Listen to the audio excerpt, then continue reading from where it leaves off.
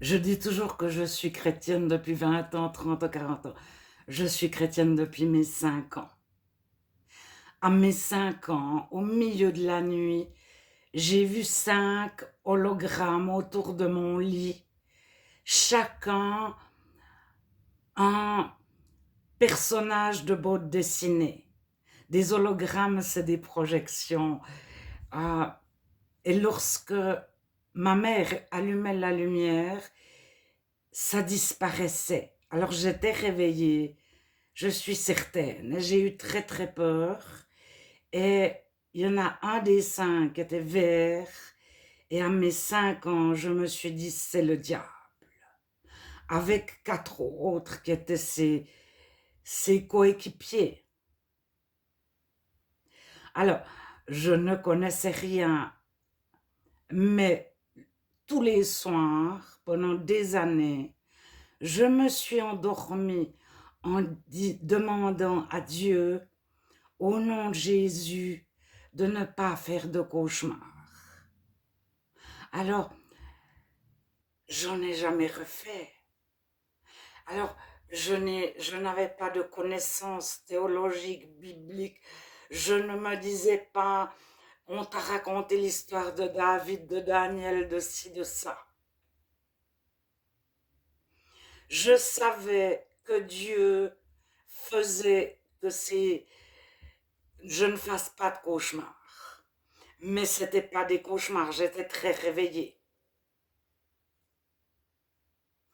Alors, Dieu, lorsqu'on est petit, c'est notre mère. Ça veut dire qu'il nous entoure. On est comme un nourrisson entouré des bras de sa mère. Il n'y a absolument rien qui peut se passer. Et Dieu est là, le petit bébé, il boit au sein de sa mère. Il ne sait pas qu'il a soif, il ne sait pas qu'il doit manger, il ne sait pas que c'est sa mère, il ne sait pas que pour être en santé, il doit avoir des vitamines, etc. Qu'il doit avoir chaud, qu'il doit être propre, etc. C'est tout sa mère qui sait, ou son père.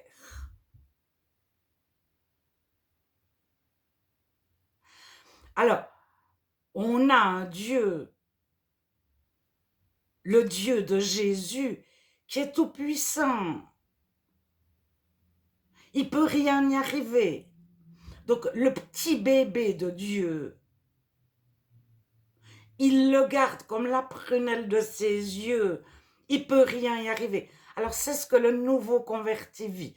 Alors, moi, à partir de 14 ans, 12, 13 ans, j'ai commencé de chercher par moi-même ce que c'était que Dieu, la religion, etc. J'ai fait du yoga, de la sophrologie, je me suis intéressée à la réflexologie sous les pieds, etc. J'ai lu sur le bouddhisme, le taoïsme, etc. Et j'ai renié le Dieu de Jésus. Alors, il m'est arrivé des tas de choses mauvaises, et au moment où je suis retournée à Dieu, je suis redevenue le petit enfant de Dieu qui a pris soin de moi comme une mère console son enfant. Qu'est-ce que la consolation? Vous vous représentez que votre cœur est une éponge. Et on reçoit des coups d'épée de l'éponge, ça casse l'éponge et ça crée un mal. Alors ça crée soit une frustration, soit un manque, soit un orgueil. Et on va le combler. Si c'est de l'orgueil, on va le combler de moi je suis une belle personne. On va se mettre des médailles à nous-mêmes, on va rechercher des médailles de la part des autres. Alors des médailles, c'est des compliments, des flatteries. Toi, t'es le meilleur, moi je suis quand même bien, etc. Et on bouche notre trou par des machins, on le colmate. Alors, Si on a des frustrations, des manques, des besoins, on va le boucher nos trous par toutes sortes de choses.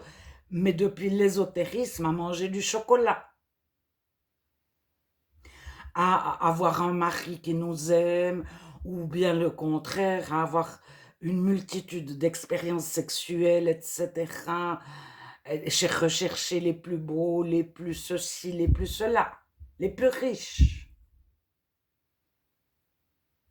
Alors, à notre conversion, on perd le colmatin, tout l'espèce de bourrage qu'on a essayé de mettre pour boucher le trou. Dieu l'enlève. Et il remet l'éponge comme si elle avait jamais reçu de coup. Mais demandez à un médecin ce que sont nos poumons. Regardez ce que sont nos poumons. C'est un genre d'éponge qui, étendu, pourrait remplir un stade de football, puis qui est tout resserré. Mais vous imaginez un petit coup de couteau là-dedans. Alors notre âme, notre cœur, nos pensées, ce sont une éponge et Dieu nous comble. On est une éponge neuve à notre conversion. Et Dieu prend on ne sait rien et il nous guide pas à pas, il nous montre et il nous donne des paroles. Alors il ne faut pas prendre les paroles comme des formules. Parce que il y a des livres qui répertorient les paroles de la Bible, les promesses. Tu es quelqu'un, tu es une créature merveilleuse, Dieu a des projets de paix et non de malheur, etc. Et il y a des livres entiers, moi j'ai un livre comme ça, je ne l'ai jamais lu. Je l'ai ouvert, j'ai lu 2 pages par dedans, j'ai refermé parce que c'était comme un livre de formules. C'était mort, c'était la lettre morte. Alors on peut lire 6 chapitres de la Bible, mais Dieu va nous faire ressortir la parole dont nous avons besoin pour la journée. Et puis si on n'a pas eu le temps de lire la Bible, il va nous donner dans notre cœur, nous remémorer quelque chose que nous avons pris connaissance il y a 6 mois, il y a 2 ans, il y a 20 ans. Dieu pourvoit à tous vos besoins. On ne l'a pas lu, on ne sait pas d'où ça tombe, on ne sait pas d'où ça sort, c'est que Dieu nous parle. Mais mon frigo est vide.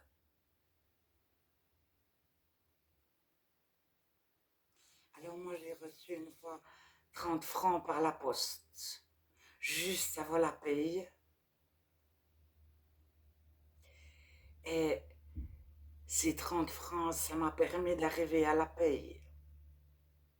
J'avais reçu Dieu pour voir mes besoins. Donc, il m'a parlé à moi, mais il a parlé à ma vieille tante qui était chrétienne. Elle m'a envoyé 30 francs pour... Elle pensait qu'elle avait oublié la naissance de mon enfant. Elle m'avait déjà envoyé quelque chose pour la naissance de mon enfant. Et puis, des mois après, elle s'est dit, j'ai dû oublier. Elle m'a renvoyé 30 francs. Alors moi, je me suis dit, elle est très vieille. Elle avait donné 90 ans, presque 100 ans.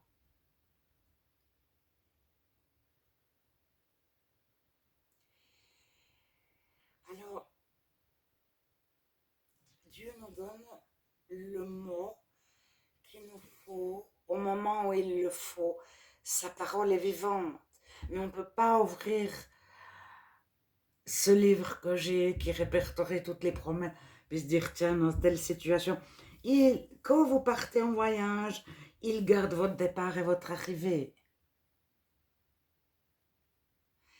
Faire la volonté de Dieu, c'est, est-ce que je pars en voyage?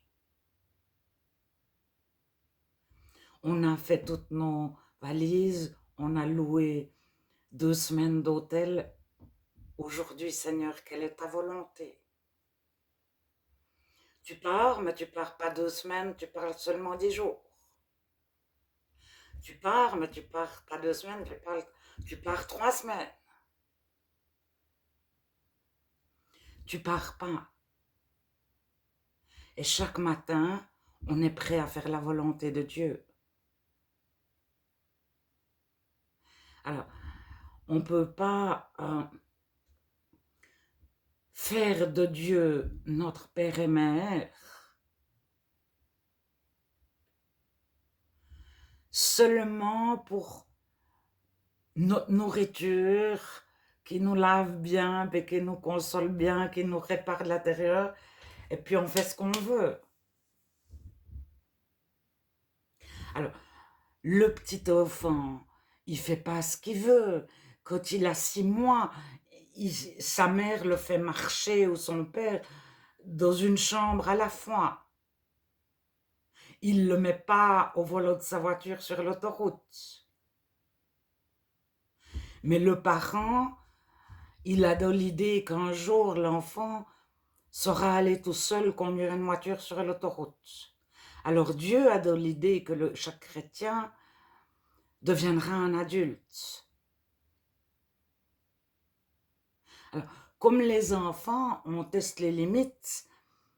Dieu m'a dit de rester dans ma chambre. Si je sors, si j'ouvre la porte, il y a des escaliers. Si j'ouvre la fenêtre, j'habite au 5e étage. Alors, pourquoi Dieu nous interdit d'ouvrir la fenêtre quand on habite au 5e étage? Pourquoi maman m'interdit d'ouvrir la fenêtre quand j'habite au 5e étage? Alors, on est fâché, maman ne veut pas que j'ouvre la fenêtre. Moi, je veux absolument grimper sur la fenêtre, tout seul, sans maman. Je suis grand. J'ai 3 ans. Puis maman m'a interdit. Alors avec Dieu, c'est la même chose. Alors Dieu, comme les parents, quand on est tout petit, ben, il nous garde. Puis quand on a un certain âge, un certain nombre d'années de conversion, il nous dit, ben, t'essayes de descendre les escaliers. Alors il nous dit pas, t'essayes de sauter par la fenêtre du 5e étage, mais peut-être du rez-de-chaussée ou du premier, on se casse juste la jambe. Et toute notre vie de chrétien, c'est ça.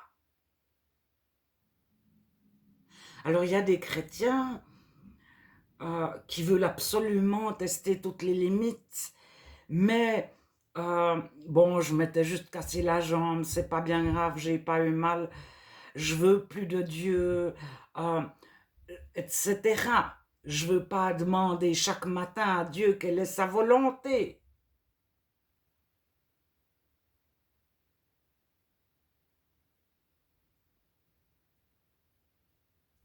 Puis alors il y a des chrétiens qui restent de la volonté de Dieu, de la volonté tellement.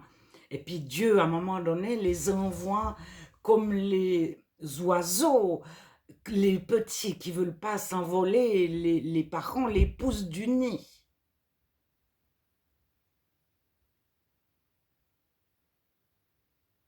Alors, Dieu, c'est le meilleur père, la meilleure mère possible, qui ne se trompe jamais. C'est la protection.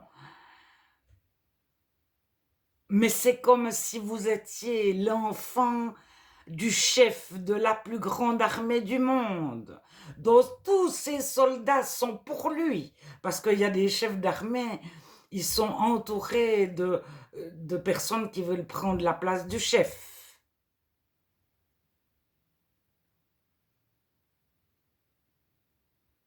Donc ils n'ont aucun ami, même s'ils ont la plus grande armée du monde. Mais regardez les pharaons, ils étaient tous tués par leurs sœurs, par leurs frères, ils s'entretuaient en famille, ou l'eunuque s'en mêlait. Puis dans les dynasties, des fois c'est les eunuques qui gouvernent, et puis les rois ils ont 12 ans ou 14 ans, ils sont obligés d'avoir les eunuques. Puis une fois qu'ils ont 20 ans, soit ils obéissent aux eunuques, soit ils sont remplacés par un autre roi, on les envoie au front, etc. Se faire tuer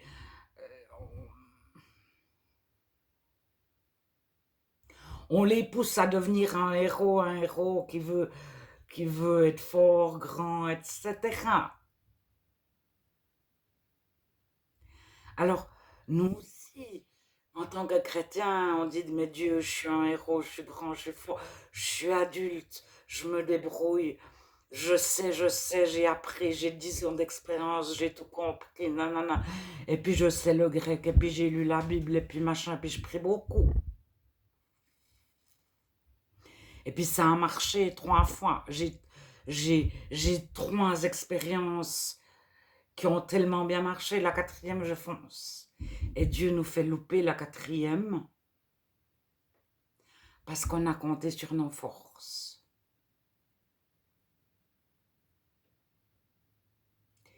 Parce qu'on a fait les choses par orgueil. Parce qu'on a fait les choses pour moi, je peux.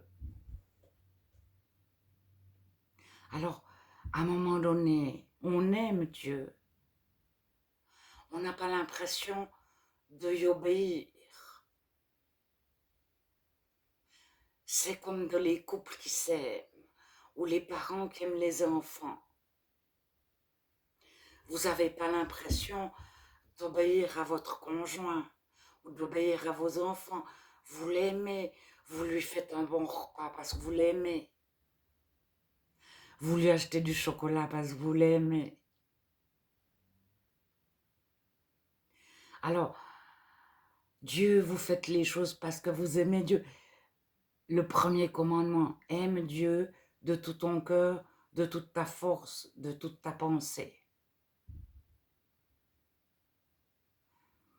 Alors là, on se rend compte très vite que de notre naissance à notre mort, d'aimer Dieu de tout notre cœur, de toutes nos pensées, de toutes nos forces, même si on n'a jamais volé, même une gomme, même une fraise, si on n'a jamais menti, le premier commandement, on l'a cassé 10 fois, 20 fois, 30 fois. Alors, il y a une lumière qui nous éclaire pour que Dieu nous voie purs, c'est Jésus. Il faut lire Colossiens, chapitre 1. Jésus nous rend purs aux yeux de Dieu. Ça veut dire que le gangster qui a fait des braquages à main armée, qui a violé des bébés, qui a écartelé son chat et qui a arraché les 4 pattes, qui a vendu sa mère pour cambrioler une banque, pour avoir 1 million de plus ou 10 000 euros de plus. Quand il passe par Jésus, Dieu le voit blanc. Dieu ne se souvient pas de ses péchés. J'effacerai le mal et je ne me souviendrai plus de tes péchés. Ça veut dire qu'on a une telle liberté. On n'est même plus un ancien gangster, puisque Dieu ne s'en souvient plus. Alors on aura 200 personnes qui vont s'en souvenir pour Dieu. Et Dieu nous met à part, nous éloigne, nous restaure et il nous fait fonctionner tout différemment. Il nous met des autres motivations, une nouvelle identité, une nouvelle vie, tout est neuf. On repart à zéro comme un petit bébé. Mais avant, j'étais gangster, je réfléchissais comment je vais gagner, quelle voiture je vais m'acheter. Et puis Dieu, il annule, il annule, il annule. Puis il y a des choses, des fois des petites choses qui restent. On n'avait tellement pas l'habitude de payer les impôts. Alors on a arrêté de braquer des banques, mais devant la feuille d'impôt quand même, Seigneur. Et là encore, il efface, il efface, il efface. Mais il efface, il n'y a même plus la cicatrice. Si lui ne se souvient pas de qui on était avant notre conversion, alors notre entourage s'en souvient. C'est pour ça que Dieu nous met souvent au vert.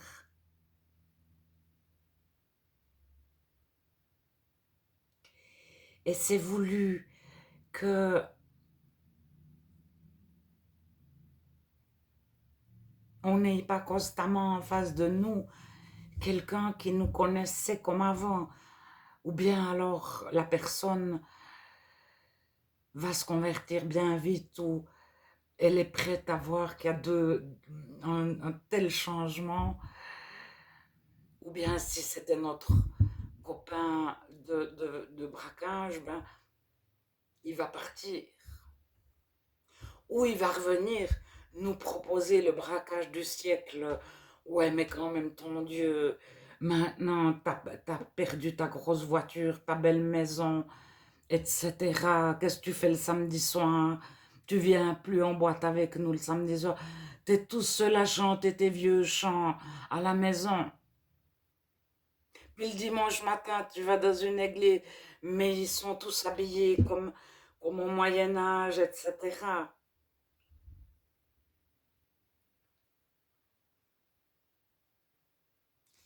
Viens, nous, on a trouvé la combine machin, et on a comme ça des combats dans nos pensées. Et Dieu nous donne le bouclier de la foi. Ça veut dire que quand on connaît Dieu, on sait qu'il est tellement puissant. À cause toujours, tu m'intéresses. Moi, je suis la fille du Dieu, des dieux, qui a tout imaginé, tout créé, tout inventé. Puis qui est là, H24, à mes côtés, et qui me considère comme la prunelle de ses yeux.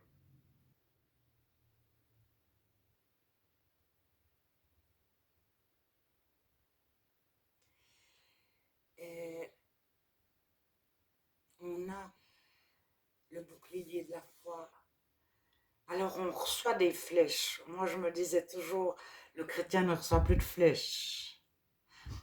On reçoit plein de flèches, des traits enflammés du malin. C'est-à-dire, c'est comme des malédictions, on nous envoie des malédictions, je ne sais pas comment. Mais alors tout à coup, on se dit, ah, mais qu'est-ce que je suis quand même intelligente, je ne devrais pas faire partie des chrétiens, je mérite mieux. Et ben, c'est comme l'histoire de retourner avec nos braqueurs. Ou bien on se dit, oh, mais moi qui je suis tellement nulle.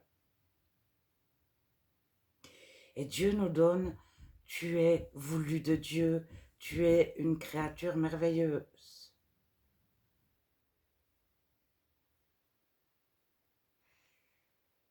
Tout ce que Dieu crée est parfait. Mais on n'a pas un orgueil, on a une reconnaissance.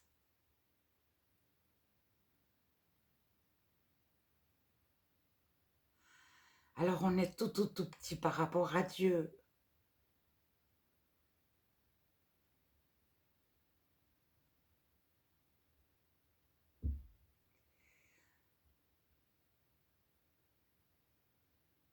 Alors on a la cuirasse de la justice.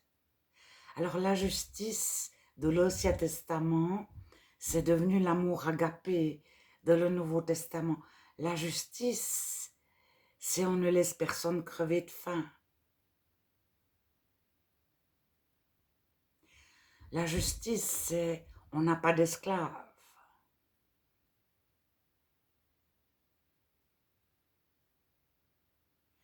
Alors la justice pour le chrétien en 2024, c'est Qui a fait ma robe?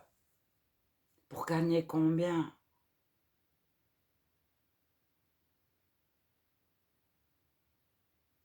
On ne les voit pas, nos esclaves.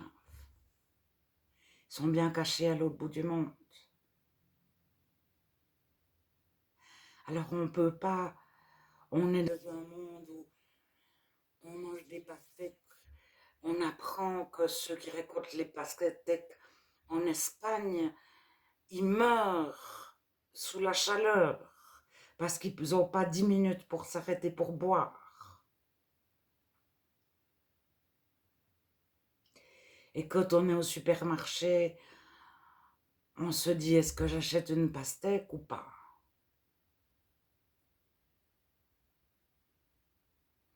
Alors, on a tous acheté du chocolat qui a été cueilli par un petit enfant qui était battu s'il n'avait pas récolté assez de chocolat. Alors, ça ne s'appelle pas un esclave, il n'a pas de chaîne. Etc., etc. Alors, la justice de Dieu, on ne peut pas l'accomplir par nous-mêmes. Parce qu'on a envoyé des gens à faire qu'ils engagent des personnes avec un contrat. S'ils étaient malades, ils avaient une assurance maladie. Ils avaient 3 mois d'essai. Puis une fois qu'ils étaient engagés, ils avaient les meilleures conditions sociales possibles. Puis ils ne pouvaient pas être mis dehors, ils ne pouvaient pas travailler plus que temps, ils avaient droit à des... Mais ces entreprises n'engagent que des personnes à l'essai 3 mois. Ils ne signent jamais de contrat. Et puis au bout de 3 mois, il leur dit venez 3 mois de plus. Et pendant la période des 3 mois, ils ne sont pas sous contrat, ils font ce qu'ils veulent. Une loi ne fonctionne pas, notre bonne conscience ne fonctionne pas. Mais si le patron devient chrétien,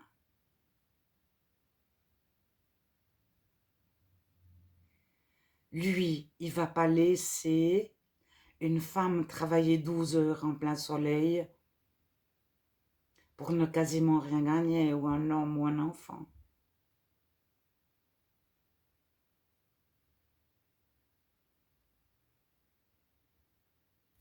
Alors la justice, Jésus amène la justice, mais pas le tribunal.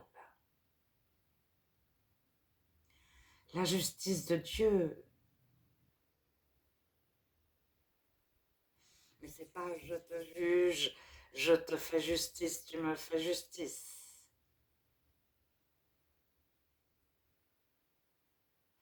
C'est je t'aime. Si tu savais comment tu es aimé de Dieu. Alors, l'épée de la parole, je comprenais pas tellement. Mais en fait, je l'avais déjà vécu. Parce que quand Dieu nous dit, tu es une créature merveilleuse, si on l'a pas lu dans un livre, qu'on a lu tout le livre puis que c'était marqué au milieu, si vraiment on l'a reçu de Dieu, c'est très différent de le lire intellectuellement ou de se dire c'est écrit, je vais l'utiliser puis le proclamer, blabla.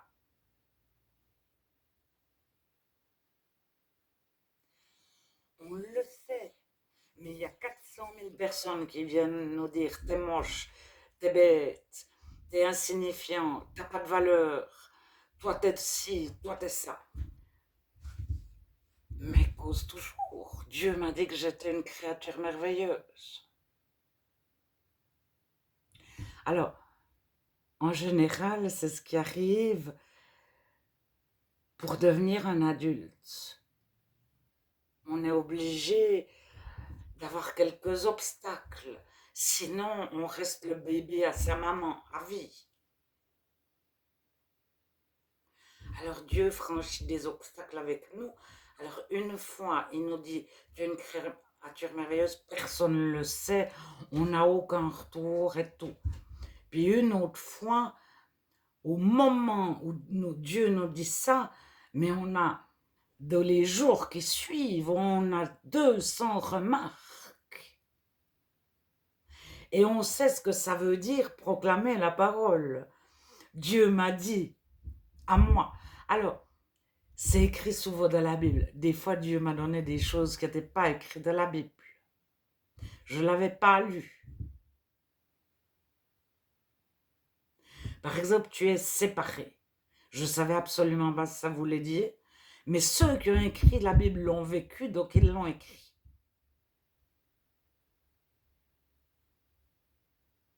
Alors, être séparé, c'est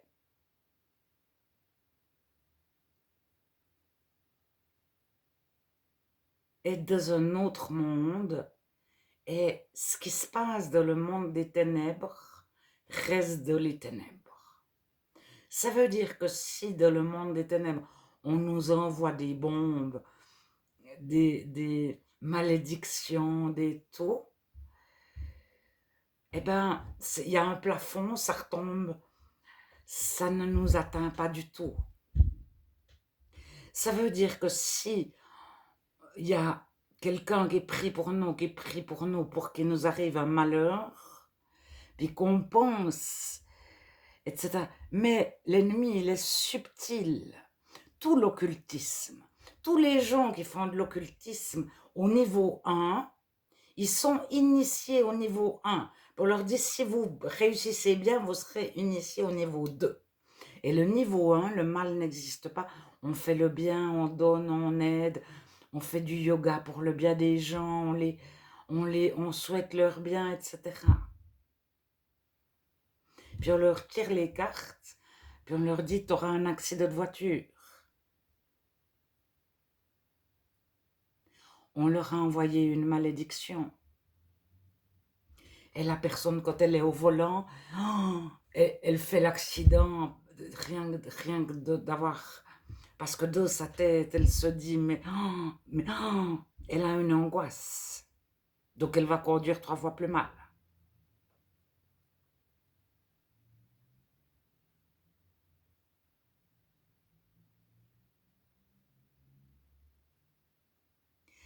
Alors, de la Bible, il y a un verset qui est important.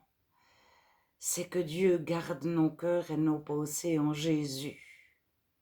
Mais il est suivi de que toutes vos pensées soient remplies de bonnes choses. Honnêtes, pures, justes, vraies. Alors, si toute la journée, on lit des livres euh, sur la guerre, sur le mal, sur, je ne sais pas, mais des livres sur les gens déprimés, n'importe.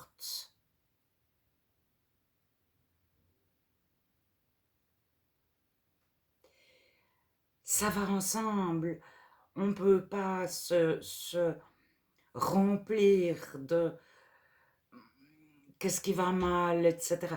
Alors, le téléjournal, moi, dans ma vie, à 19-20 ans, je ne sais pas si c'est pour ma première ou ma deuxième grossesse, j'ai arrêté de regarder le téléjournal, le journal télévisé.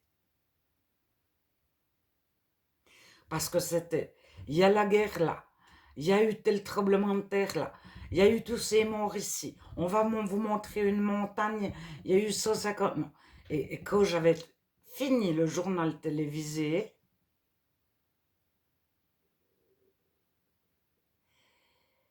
j'avais reçu en pleine figure au moins 10 catastrophes. Alors après, j'ai vu que le journal télévisé a évolué et puis qu'il y a toute une fin qui nous montre des reportages sur... Mais si vous faites une analyse de tout ce que vous avez retenu du journal télévisé du dernier mois, qu'est-ce que ça vous a apporté? Alors, la première analyse que j'avais faite, bon, vite fait, hein, je m'étais rendu compte que la moitié de ce qu'il disait était au conditionnel, si ce n'est tout. Selon notre informateur, il y a certainement 100 morts. Ça veut rien dire du tout. Ça veut dire on ne sait pas.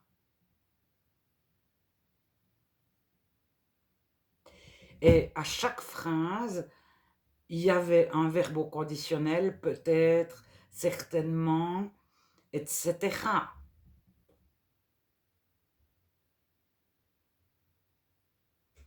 Alors maintenant, ils ont arrêté de parler au conditionnel, je crois.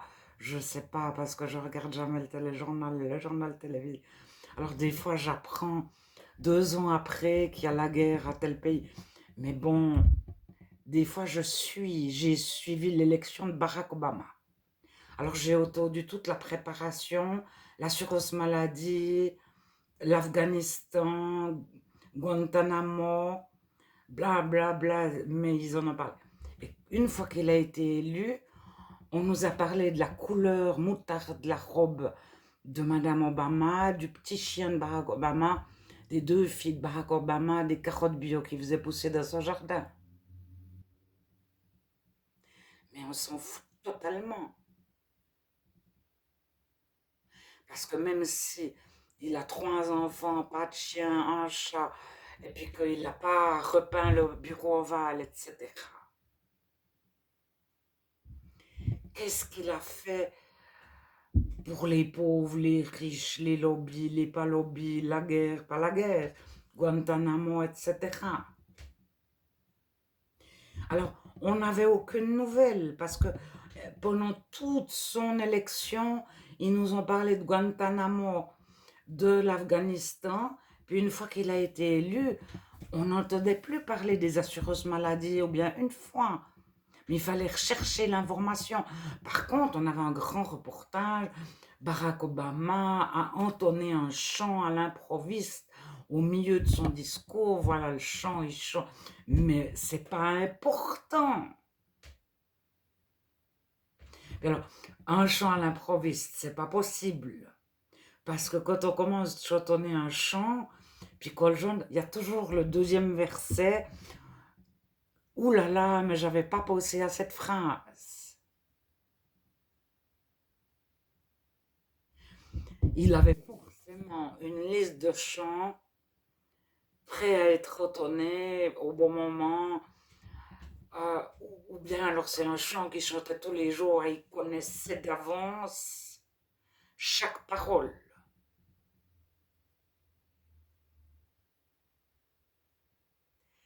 Alors, être avec Dieu, c'est plus qu'est-ce qui se passe dans le monde, c'est qui est Dieu.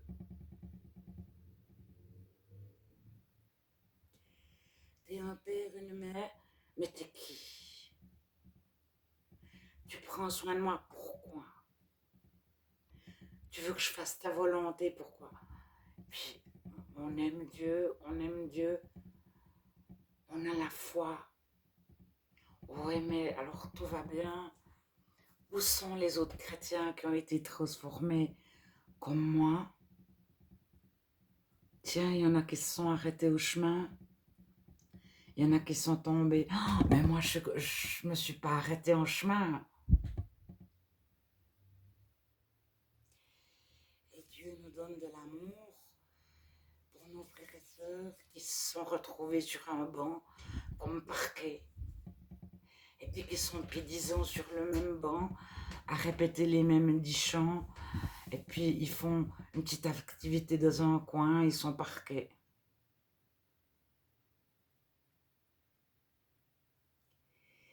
Et puis Dieu nous montre, toi aussi t'étais parqué avant.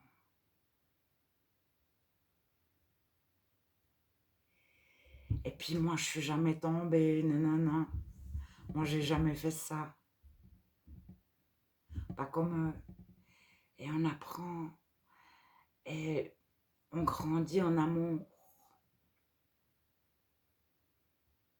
Si le premier commandement c'est d'aimer. Mais Seigneur, c'est dégueulasse, ceux-là ils tuent tout le monde. Comment ils en sont arrivés à tuer tout le monde? De quel piège ils sont tombés? De quelles circonstances ils étaient?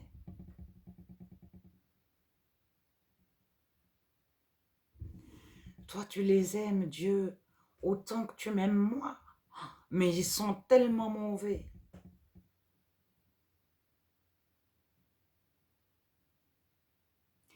Et Dieu les aime autant